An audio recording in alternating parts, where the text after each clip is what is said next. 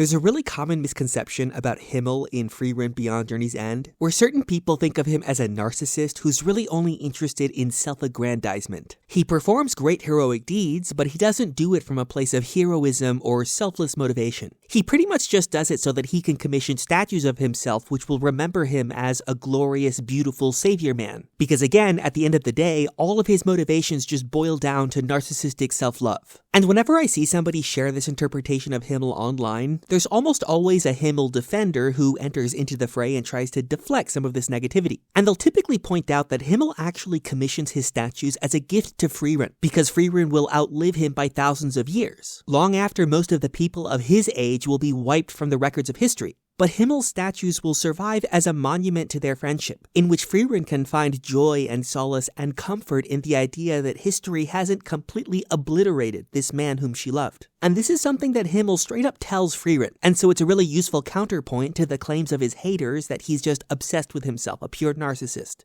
But once we've digested this counterpoint, we really shouldn't forget that Himmel is obsessed with himself. He's a very vain man. He wants to be beautiful. But I see this as a part of what makes him such a great and charming and beautiful friend. And that's because Himmel's self-love coexists with a certain generosity. He loves to recognize the greatness and value in his friends just as much as himself. And that was really the primary gift that he offered to Frieren with his friendship. When Himmel first encountered Frieren, she was living under the idea that she had long ago failed her master, Flamma. Frieren felt that she had abandoned the destiny that Flamma had appointed to her to slay the Demon King. She had just spent too much time living in obscurity. But then there was also this compounding sadness inside of Frieren's heart. The heavy burden of her impossible destiny weighed on her so much that it had destroyed all of the joy that she used to find in her magic. And this transformed her endless existence as an elf into a kind of purgatory of melancholy and self-hatred. But Himmel single-handedly saved Frieren from that purgatory. His love and friendship gave her the faith in herself that she needed to rise to the destiny that Flamma had appointed to her and finally defeat the Demon King. But then at the same time, he also reminded her of the beauty of all of her sillier trivial spells, all of her folk magic, the ability to summon flowers, to polish bronze, whatever it is. And most importantly of all, he reminded Frieren that the beauty of these spells is a reflection of a beauty in herself. And that was something that not even Flamma was able to teach her.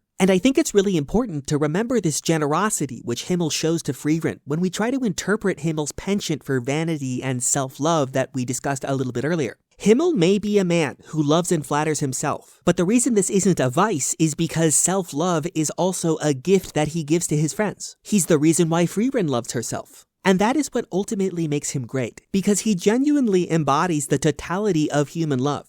Love isn't merely about loving the other, it's also and just as importantly about loving oneself. The statues of Himmel that Himmel commissioned really are a gift to Frieren, while at the same time they really are an expression of his self-love.